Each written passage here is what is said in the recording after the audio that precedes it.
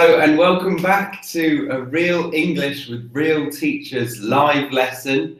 We have a lovely catch up for you today. Hello and welcome back to a Real English with Real Teachers. Sorry about that, guys. We have a catch up between two British chaps that you might know, myself and Harry, and we'll be getting to that in a second because we haven't actually seen each other for a very long time. Isn't that right, Harry? Yes, it is, Charlie. Yeah, I really enjoyed that. I kind of cracked up laughing when you were doing your introduction and then you heard yourself resounding. It was fantastic. Yeah, I'm very well, thank you. And it has been weeks. I've missed you, darling. I've missed you. Oh, yeah, likewise. It's strange to not have a business partner day to day talking to me and Skyping me and asking questions and asking questions back to you. Yeah, it's refreshing to be back into the seat of things. Yeah. It is. Yeah. I haven't been able to ask you, how many times have you gone to the toilet today? Or things like how many lessons have you been late to today? All the standard questions. All the questions that lead to a very, very positive business relationship. I keep saying business. Absolutely. You're such a serious businessman nowadays, Chaz. I'll tell you that. I've got a briefcase down there. Shall I show you? Go on, I want to see it. No, I'm just joking. It's just a whiteboard. It's just a whiteboard. He's a real teacher. He's not a real businessman. No, certainly not. But I've already realized I've just used a real English expression, and it was it cracked me up. It cracked me up. Crack me up. Yeah, let me pop that in the chat. And just so you know, if you're watching this on the replay, we will have the live chat feature in a downloadable link in the comment section when it's a replay. You know what I mean? But remember, at that time, it won't be a live chat, so no one will respond to you at that point. No, that's true, yeah. So it's cracked me up. What cracked you up? What cracked you up? So what does it mean? What does cracking up mean? So this is a wonderful, very colloquial expression. You could probably use it in your IELTS speaking and like the Cambridge speaking. It's quite informal, and it just means that something made you laugh. Or someone made you laugh. So I could say, Charlie cracks me up. And that means that Charlie makes me laugh. But in this instance, I said that it cracked me up when Charlie had a failure with his technology. It made me laugh that when Charlie was speaking, he interrupted himself through YouTube. Yeah, nice explanation, yeah. Could you say you cracked him up? Could you say that? You cracked him up when you said that joke? Or you cracked her up? I cracked him up. Yeah. But it sounds better if like it's like impersonal. It cracked my joke cracked him up. Okay, impersonal. My joke cracked him up. Yeah. And then if we're just speaking general about whether we find someone funny, because obviously I find my partner Charlie hilarious, I have to say Charlie cracks me up. I think I just realised why I keep saying business. Because we use the word partner, don't we? But we've been getting a lot of comments on the whole, oh, are you two together? So I'm unconsciously trying to say to the world, we're business partners. Yeah, it's not ridiculous tank tops in Italy. Look like we're having a romantic holiday. Yes. So that's it. So we are business partners. This is just to clarify, not homosexual partnerships, not homosexual partners. But we have no problem with homosexuality, and we welcome all of our homosexual subscribers. So hi, guys. And metrosexual, every kind of subscriber. And heterosexual, all of them. You're all. I said metrosexual then. That's how obsessed with that word, I am. Abs- You want to explain that one? What metrosexual means? Metrosexual. Yeah, so metrosexual, I believe, means that you are heterosexual. You have a liking for the opposite sex. However, you are in touch with your feminine side. I believe that's the definition. Is that right? Yeah, I would say so. In touch with keeping yourself pristine. Yeah, feminine side. Yeah, that's good. I like it. Yeah, and maybe like you sit like this. Like you might see a metrosexual man sitting like this. This is quite metrosexual, isn't it? Okay, I wouldn't assume that. I would say that that's more camp behaviour. I would say metrosexual, someone who straightens their hair, a guy who straightens their hair. Okay, yeah, I'd say we are metrosexual. I use I don't straighten it because I already have quite straight hair, but I do blow dry my hair. And some people might say that that's quite metrosexual then, isn't it? Yes, especially when you ask your friend, does the hotel have a hairdryer when you're packing for the holiday? Yeah, that's always an important question to ask. Anyway, so hello to you guys who are joining us today. We see lots. I have a question for you guys. Do you use a hairdryer? And also, if you're male, do you think that is acceptable to use a hairdryer, even to the point of making sure that you take one in your suitcase wherever you go? Tell us. Yes, yeah, I'd be interested to know your response to that one. So welcome everyone who is here. I can see we have people from all over the world. We've got Miriam from Brazil. Hello everybody, good morning from Brazil. Good morning, Miriam. We have Helen Sang. Hello, teacher. This is my first time I attend your live class. Greetings from Sydney. Hello and welcome, Helen. Welcome to your first class with Ruud. You might see this little thing here. This is some lettering that my dad, our biggest fan, the biggest fan of our YouTube channel is definitely my dad. And he's made this little sign for our acronym. And if you see this, you might not recognize it. You might think, what on earth is that? This is not just gibberish. This means real English with real teachers. But we like to say, between me and Charlie, we say Ruud, which is quite a difficult acronym to pronounce, isn't it? Yeah, we're unsure of how catchy that is. Ruud. But yes, we use that as our acronym. So you will see it on our website and on our channel and anywhere we try to post it. So that's what we mean. It doesn't roll off the tongue, does it? It doesn't roll off the tongue. No, it doesn't roll off the tongue. So I want to pause there because you said two things that I want to teach the world. What on earth is that? What on earth is that, you said? And what you just said, I've just rolls off the tongue, to roll off the tongue. Okay. What on earth is that? Yeah, that's nice. Okay, so when did I say what on earth is that? About this, right? It's about Ruud, yeah. People might think, what on earth is that? Yeah. So does that mean it's something in the world? What in the world is it? Like, is it a tree? Is that what it means? It could mean that, but it's an expression that we use to intensify the ridiculousness of it. Like, I have no idea. What the hell is that? What on earth is that? Yeah, so you could actually replace earth with a couple of different things. You could say, what the hell is that?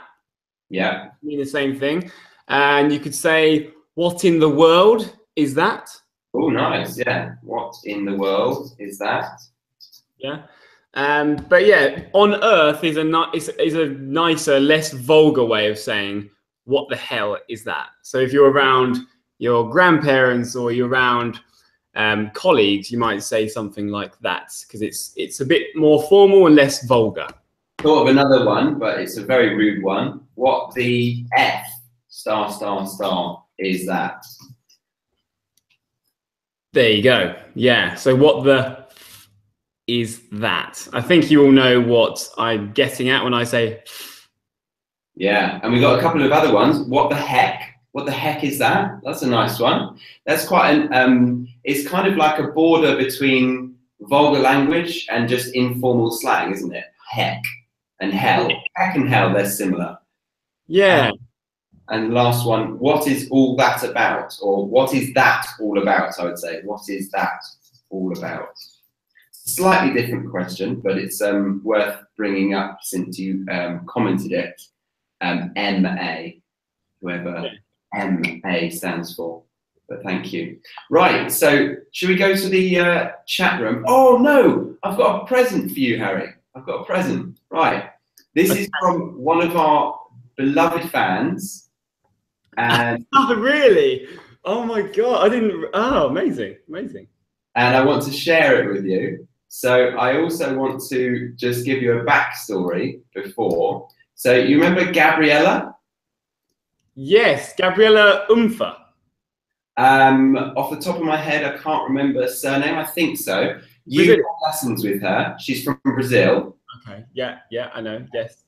And she told me that she had a parrot called Harry. Is that right? Yeah, that's right. Yeah, she did. Yeah. Oh, she nicknamed Gabby. Sorry, Gabby. Okay, so she had a bird called Harry, but she also had another bird. But then she met me last week, and she said that she actually changed her other bird, called Young, I think it was, to Charlie. So she now has a bird called Harry and a bird called Charlie. And I will show you what she sent me. Okay, brilliant, brilliant.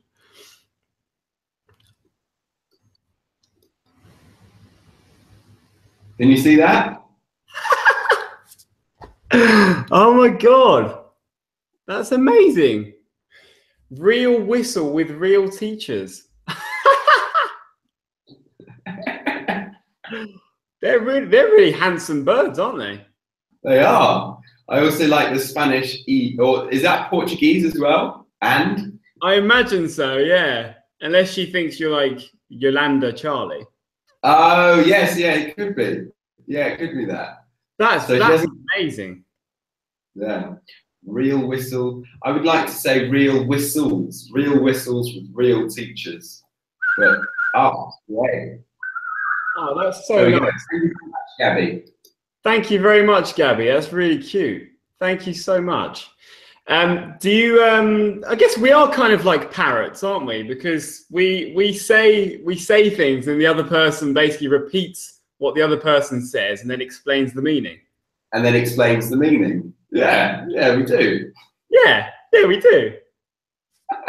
We do this all day and not get much material. So the chat box is blowing up. So we will catch up with each other in a second, but let's hop over to the chat box, shall we? Absolutely. Yeah.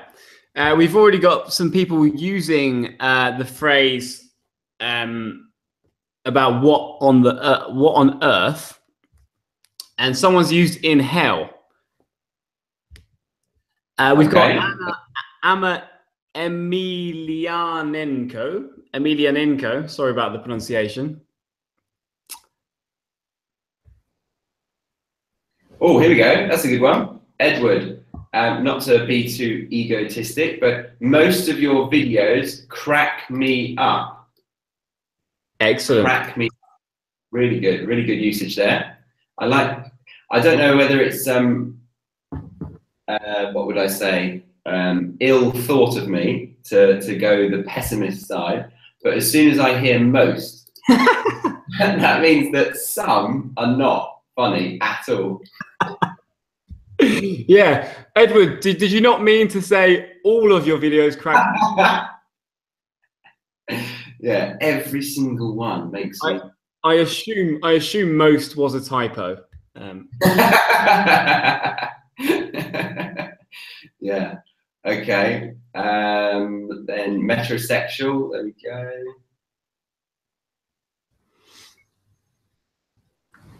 Wow, so many different countries. It's amazing. No. All right. Like, I am a girl, but I don't use hairdryer oftenly as it damages my hair. Okay. Interesting. Right. Harry, would you like to do the honors? Absolutely, love to. Hi, Aaliyah. How are you? We always pronounce your name wrong, and I'm very sorry I don't remember how to pronounce it properly. I am a girl, but I don't use hairdryer. So here I would use the indefinite article I don't use a hairdryer. Often, so without ly. Often is the adverb, and oftenly doesn't exist. So I'm a girl, but I don't use a hairdryer often as it damages my hair. It does, yeah, I agree. It is bad for my hair, and it does kind of it thins the hair, doesn't it? It makes it it kind of burns your hair and makes it thin on your scalp, which isn't good because I want to maintain the thickness of my hair. So maybe I should take a leaf out of Aaliyah's book and stop drying my hair with a hairdryer. Yes, well, I'm glad that she's taught you that already. Another thing about the modifiers, I was telling it to a student today. It's very British to use modifiers in unnecessary amounts. So I would tend to put very in that sentence. I don't use a hairdryer very often. And I think you would too, wouldn't you? I would, yeah.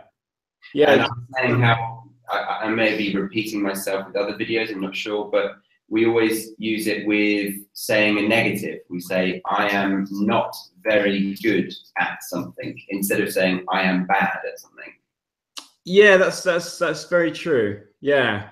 So we'd often use that with often and other adverbs. We use a modifier very in the negative. Yeah, you wouldn't say, I very often go swimming. You just say, I often go swimming, wouldn't we? But in the negative, I don't swim very often. Yeah, exactly.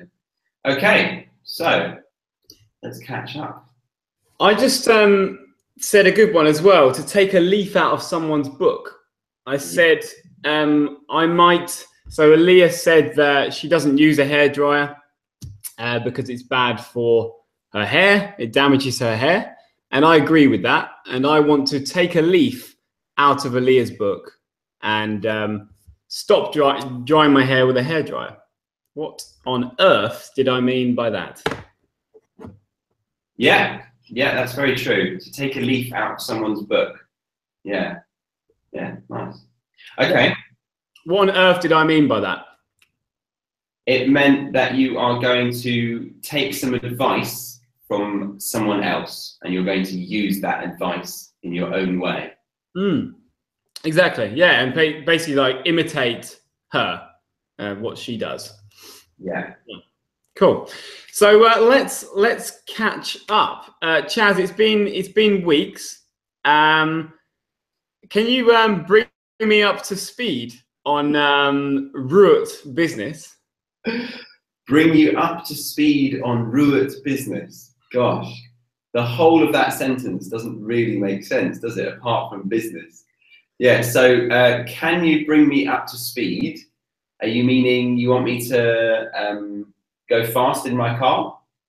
Go get a police speeding ticket? No. You already know that I reproached you for driving quickly in Alfriston, like in the summer. I don't like driving. Oh yeah. If any of you come on our immersion courses, we normally share the drive. So we have 2 cars, and if you get the chance, come in my car because Harry drives like a grandma. Hey, better safe than sorry. Very good. Better safe than sorry. A phrase to suggest, as it says, better to be alive than go too far. Yeah, this is like a proverb. You'd use it as advice. So Charlie's saying, oh, don't go with Harry. He drives really slowly. And I say, better safe than sorry. But I think everyone would feel sorry for the fact that they missed out on the trip because you were taking so long to get there. You know why I go so slow? It's because I'm so busy teaching real English whilst driving. I disagree because you often lose your way. But that's because I blame that on the sat nav. I blame that on the sat nav, or you. But you led me astray on several occasions. I was following Charlie, and I ended up in the wrong place. Goodness me, you're coming out with so many phrases. To lead someone astray. Yeah. So to misguide someone, to guide someone in the wrong direction. Yeah. So Charlie led me astray on several occasions. Okay, so to bring someone up to speed, this is a really, really good idiomatic expression, especially when we're talking about business. If you're talking with your colleagues, or if you need some important information from someone. So it's to give someone the necessary or the important information that has happened, and to update them on whatever is happening. So at the moment, we're organizing an immersion course. Well, we're organizing 3, one in December, one in February, one in March. And the first one is filling up really fast. And I think we've got about 1 place left now. But so Charlie has been managing it while I've been away. So he's been taking full responsibility for that. And thank you for that, Charlie. So I've come back now and I've said, can you bring me up to speed on our immersion course? What's happening? Yeah, exactly. What's happening? What do I need to know now that I did not know before the start or before I left? Yeah. So can you bring me up to speed, Chaz? Well, you kind of summed it up. Yeah, the first course is kicking off. We've got quite a few people in there, almost a full course. We've also got entries for February and March, so it's going nicely. So no need to worry, sir. No need to worry. I've been handling it well. Good man. Thank you for doing so. Yeah. So you guys, we obviously want you to participate, and if you're watching after as well, you can also participate now and write those comments in, and we will read them. What could you say to your business partner if you've been on holiday and you've just returned from your holiday and you want to know about how things have been going, what has happened while you were not there? You want your colleague to give you all of that information. What could you say? Can you please? Yeah. So also, on top of filling out the blank of that sentence, go a step further and make the story a little bit more colourful. So tell us, after the phrase that we've taught you, what environment you're in or what business it is. Can you, in the hairdressing industry that I own a salon in, for example, I see hairdryer, I'm just thinking hairdressers.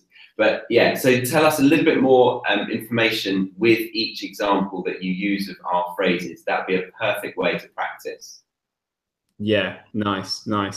Someone's just dropped a question about the pronunciation of often, which I think is quite interesting, because I often just omit the T. I don't say often, I just say often. Don't you?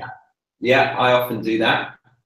Yeah, I think it depends on the area of the sentence, because if you're stressing it as the part of the sentence that is the most important, you might say, I often do that. Do you think? Yeah. Like if I said, how frequently do you go swimming? You don't really swim much, do you? No, I actually go off quite often. Yeah, I would say that. No, I actually go quite often. Yeah, because you're stressing the fact that I thought you didn't, but now you're stressing the fact that you do swim. So I often swim, actually. Yeah. I don't actually though. I rarely swim. I seldom swim. Swing? I said swing then. Way. Yeah, you're not a swinger, or are you? Okay. Gosh, time flies. Right. So, how the devil are you, Harry? How the devil? I'm good. Yeah, I'm excellent. Are you trying to say I'm a devil and I'm kind of possessed or evil?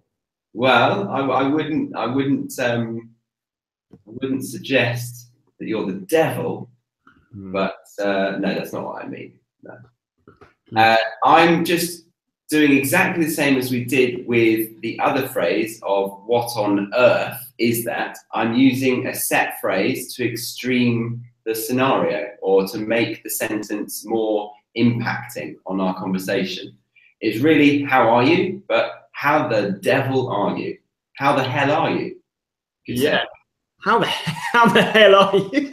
That would be a little bit strange, wouldn't it? Harry, how the hell are you? I've used that before. Have you never heard that? Not really. It sounds almost a bit aggressive in a way. Yeah, it is. But it's like positive aggression. Positive aggression. Yeah, that's an oxymoron. I would even use the swear word. How the are you? As in, like we've been away ages, and I really miss you. So how the devil are you? Yeah. Okay. Yeah. All right. So devil. I actually said this today. I had a message from Lucy from English with Lucy. And I said, "Oh, Lucy, how the devil are you?" Because I hadn't spoken to her in ages. So it's a way of really emphasizing that you're happy to hear from someone and that you want to catch up with them. Exactly. Yeah. Good example. There you go. Yeah. We've had a message in from David using the idiom up to speed. So should we check that out? How shall? David Eduardo's. Hello, Mr. Eduardo's. Oh, pal. Here we go. There it is. Just below your cursor. There it is. Okay. David Eduardo's. Oh, pal. Please bring me up to speed. Oh, please bring me up to speed. I want to know everything about your trip to Egypt. Oh, that is just perfect. Very good. Yeah. Round of applause. Very good. Thank you. Yeah. How was your trip to Egypt, pal? Pal? Sounded like you were using it as a name instead of friend. No, yeah, maybe. Well, it is a name. I think it's an Indian name, pal. Don't try to get away with that one. So yeah, pal can also mean it is friend as well, mate or mate. Yeah, very, very informal way to say mate. Yeah. Okay. Should we read Gilmani's? I'd say, now I'm back. I want you kindly to tell me what happened while I was away. Now I'm back. I want you to kindly tell me what happened while I was away. Don't give me hope and lead me astray. Just tell me the whole truth. Are we still successful partners or not? That deserves another little woo! Woo!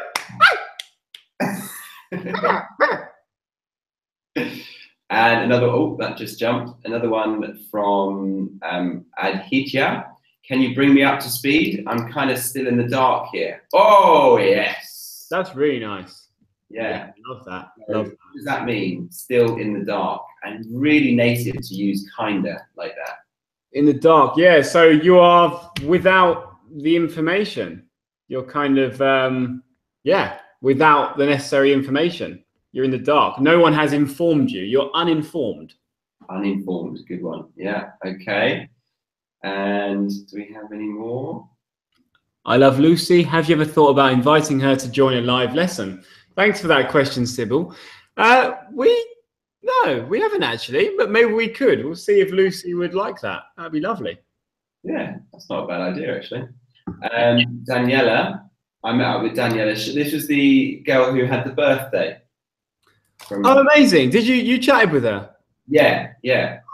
Oh, that's nice of you. 18 years old. She turned 18. Very special birthday. Oh, bless her. Bless her. So, hello, partner. Can you bring me up? I'm curious. We're just missing one word there, Daniela.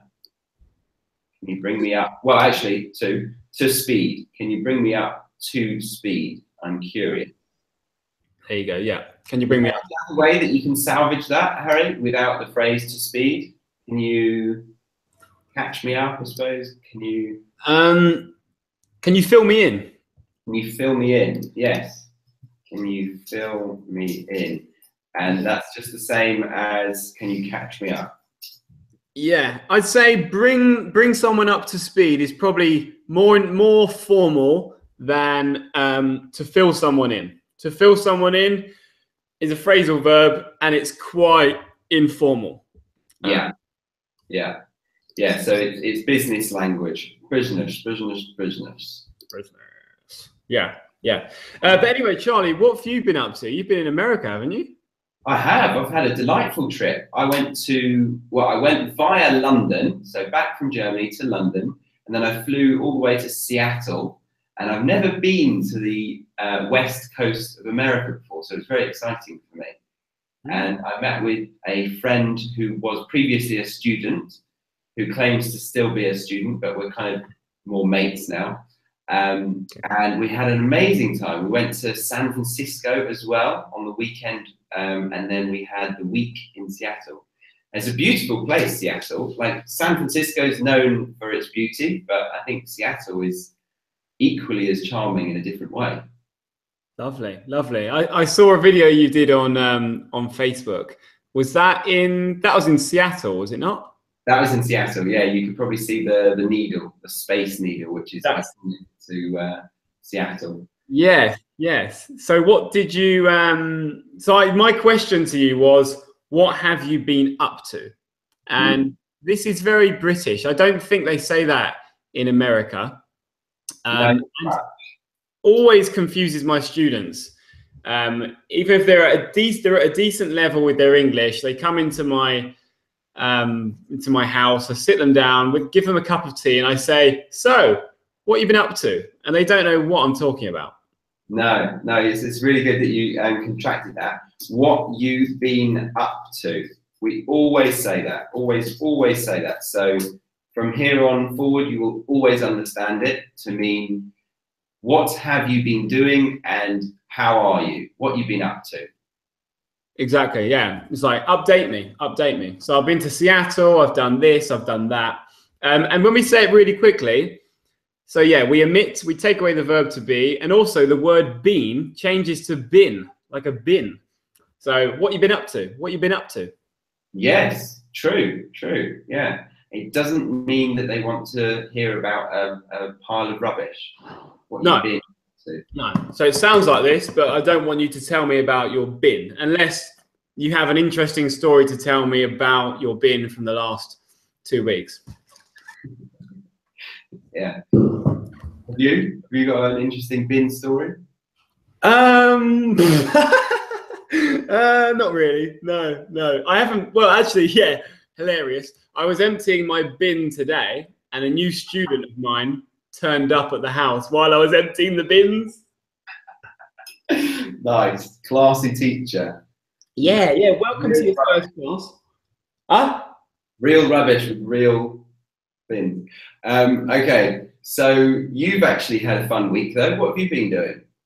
I have. I've been busy. I've been up to my eyeballs in work.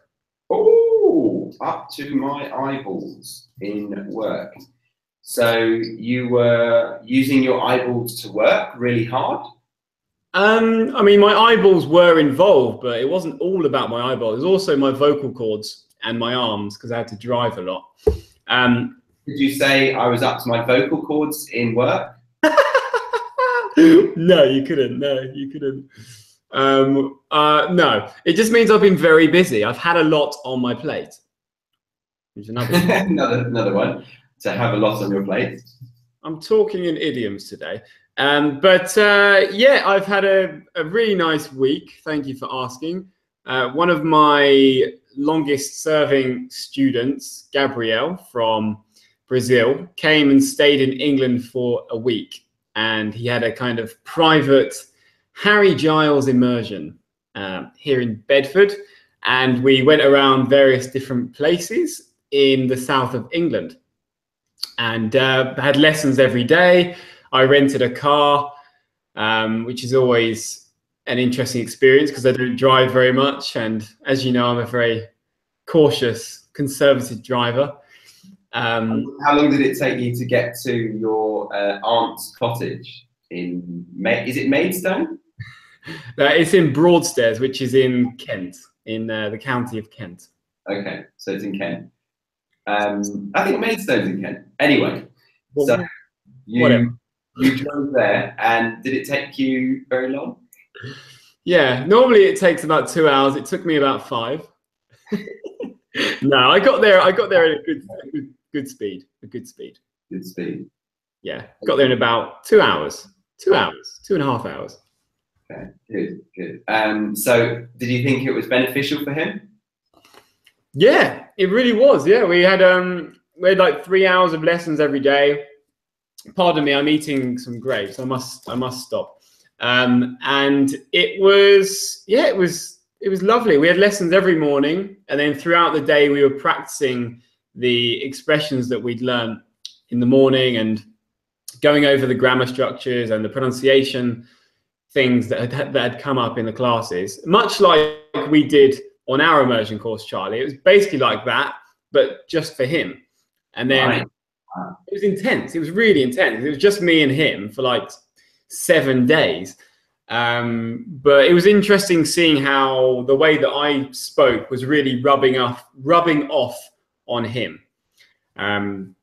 Rubbing off on him. And yeah, it was really good. In the evenings, we would review the stuff from the day. And he's so dedicated a student. He loves English. He's preparing for the highest exam there is in Cambridge. Well, the Cambridge exams, the CPE, which is a C2 exam. So we did lots of preparation for that particular exam as well. He's an impressive student. He really is. Nice. Yeah, that sounds intense, but a good amount of intenseness. Yeah, absolutely. So, I was rubbing off on him. Yeah, I wrote that in. So, someone, I would say, someone actually, not something, someone rubs off on someone else. It means you are affecting them, something that your behavior or your characteristics are rubbing off on them. They are now starting to appear on the other person. Like, my friend used to always say, hey buddy, and I never said buddy, but after hanging out with him, spending a lot of time, I would start to say, hey buddy, how's it going? So his phrases, his expressions were rubbing off on me. Good. So a person can rub off you, and also a thing can rub off on you. His expressions were rubbing off on me. Yes, I stand corrected. Yeah, exactly. Okay, cool, nice. Can I say that if I was spending lots of time with your friend David, could I say he rubs up on me? No, you can, but that means something entirely different. And for this context, it would definitely lead the imagination of the listener astray. It's quite sexual, that, to rub up on someone. It means to like hump them, kind of. So, yeah, you definitely don't want to be saying that. Yeah, so to rub off on someone. Okay, so rub up on someone's like kind of sexual contact, maybe uninvited, maybe not, maybe it's okay, maybe it's your boyfriend and girlfriend, you're lying on the bed and he rubs up on you, so he kind of goes like this. yeah, it could be that, but I would say what you said before. It mostly might be uninvited rubbing. Okay, good. It's good to clarify this. Okay, so you could say like, oh, stop rubbing up on me. I'm not interested in having any relations with you. Exactly, yeah. Okay, so Chaz, if I was spending loads of time with David and he used lots of swear words, and then I started using lots of swear words, what could I say there? You could say that his potty mouth is rubbing off on you. Okay, good. Yeah. Language, his vulgar language is rubbing off on you. Nice. Yeah, lovely. Okay, so we just use that. We could use it in continuous tenses, the simple, past simple, present simple. He rubs off on me. He rubbed off on me. He was rubbing off on me. Yeah, Yeah, you Pretty can. pretty much all of them. He has been rubbing off on me. Sounds Yeah, fun. yeah, that sounds good as well. Okay. I just saw a comment here. Her smiling face is starting to rub off my sadness. Should we help that one out? Okay. Mm-hmm.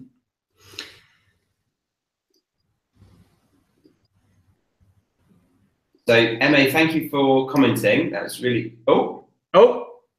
I think maybe she realised she'd used it a bit wrong. Ah, no, we wanted to help you learn from the mistake. So, yeah, write it back out. Oh God, my memory. Rubbing out my sadness. Smile was rubbing out my sadness. Is that right? Yeah, rubbing out, rubbing off my. I was rubbing off my sadness. That was it. Here we go. Here we go. We've got an updated one. Your smiling face is starting to rub off my sadness. Thank you for writing that again. Okay, so that I would start to use a different phrase. Is starting to affect me, or I suppose you could use rubbing off on me. Your personality though. It's more like your good vibes. Yeah. I think his smile is rubbing off on me. You could say okay, that. Yeah, that's good as well. His smile or her smile or your smile to keep it as similar as possible. Yeah. Your smile is starting to rub off on me. Okay, yeah, there we go. There you go. Yeah, and someone's Belkis, who's actually an immersion course participant. Hello. She said Charlie's attitude is starting to rub off on me. Oh dear, Balkis. I hope that's a positive thing. I hope that's a positive thing. Yeah. Okay. That's interesting. That's good use. Yeah. So we need rub off, and then on, and then we have the person. We have the object of the sentence. Yeah. Yeah. So I'm really interested in this because I'm starting to watch this show, Game of Thrones. Northern accent of the northern accent of Ned Stark and Jon Snow rubbed up on me. Okay, yeah. So careful. We want to use rubbed off, off on me. That sounds like John and Ned started sexually harassing you. So I pronounce coming like the Northerners. Yeah, winter is coming. Winter is coming. That sounds Scottish. Oh, yeah, that's what I was going for. Yeah, Northerner, not really north. Winter is coming. Okay. Yeah, so if you say Ned Stark was rubbing up on me, it does sound like he's sexually harassing you. So yeah, his smiley nature or his accent is starting to rub off on me. Yeah. Yeah. God. Okay. I think we need to leave it there, sadly. We've got some things to catch up on and lessons to do. Sadly, this was really enjoyable. Thank you so much, all of you, for your participation. It's what makes the live lessons live and interesting. Yeah. So well done. Really, really well done. Yes, thank you very much. Thank you so much. If you are new to us and you've just come here and you like this lesson and you want to check out our new content and be alerted when we publish new videos, then remember to click the subscribe button underneath and click the little bell next to it so that you receive notifications when we publish videos, because we've got lots of new content coming out soon. Yeah, thank you very much for joining us. Is there any other notices we want to share, Chaz? So just to quickly say, we do extra classes every month for our patron supporters. They donate for our channel to grow, and we give them extra content on live YouTube lessons just for them, and group lessons as well. So if you wanted to join that, then follow the link in the description. We also do immersion courses, as we've mentioned in the lesson, where we take you in for 4 days and 4 nights and 5 days, and you are totally immersed in English, and we live with you in a beautiful countryside cottage in the south of England. And we're doing that in December, in February, and in March. We'll also be doing some future courses, but those are the 3 that we're setting up right now. Absolutely. So check out the link in the description box below and be sure to submit your email address to get email updates regarding those courses. But yeah, thank you very much for coming and joining RUT, or Real English with Real Teachers today. It's been a lot of fun, and we'll be back very shortly for more live classes like this one and video content. Exactly. Sorry, really quickly, prize draw winner of our Skype lessons. Okay. Probably don't need to say we do Skype lessons. So if you want one-to-one tuition, we do Skype lessons. But the winner of today's prize, and you can enter in the description box again, the winner is Anya Unata. Anya Anuta. You should do the reading out, mate, because wrong. But there we go. Anya, I imagine you're Russian. Yes, you've got a Russian email. So well done. You have won a free Skype lesson. So get in contact with us and we will sort that out. All right. Thank you very much. All the best. See you, Harry. Cheers, man. Good catch up. Thanks, everyone. Bye. Bye.